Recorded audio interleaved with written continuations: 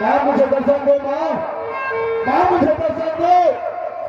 मैं तुम्हारे गर्भ से पैदा लिया हूँ, इस संसार में मेरा क्या नाम है मुझे बताओ माँ, मुझे जल्द बताओ माँ।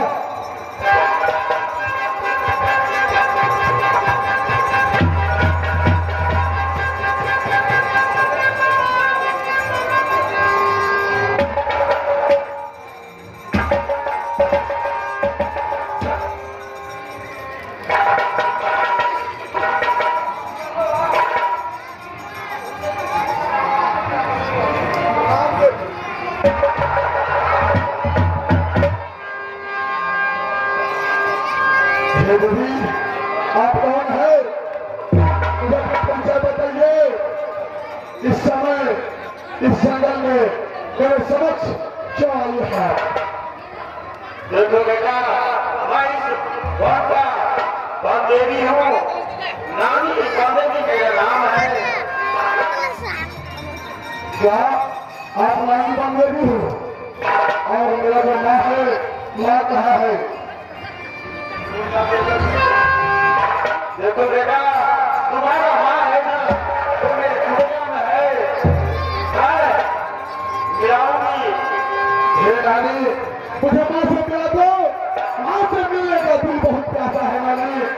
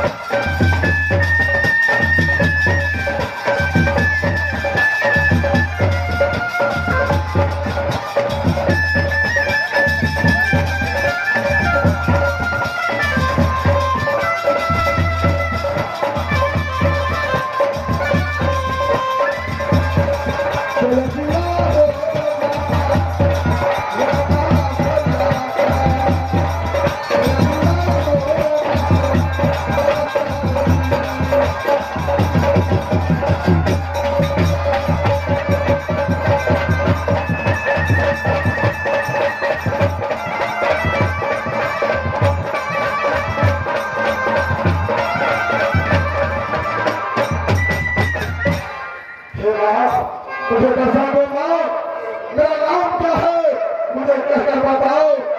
मेरा सुनना सब सामने जब लोग बोलेगा तो क्या नाम कहकर बुलाएगा?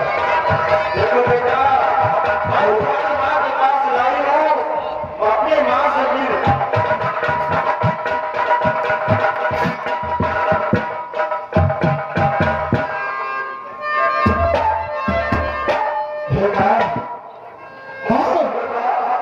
आपने मुझे अपने गर्भ से पैदा किया। हे माँ, ये बताओ कि मेरी पहचान में मेरा नाम क्या है माँ? बेटा, माँ, तुम्हारा नाम क्या बेटा? क्या मेरा नाम जंगल में जाने का तो जमीन रास्ता है? ठीक है माँ। और माँ, बेटा, मेरा दिल शिकार खेलने को बहुत कर रहा है माँ। तुम्हारा नाम ये मेरा नानी है। ये नानी है।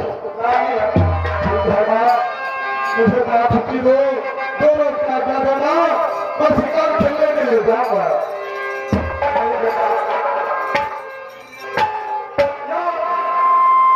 मैं इनका बालक क्या काम दूंगा शिकार खेलने के लिए?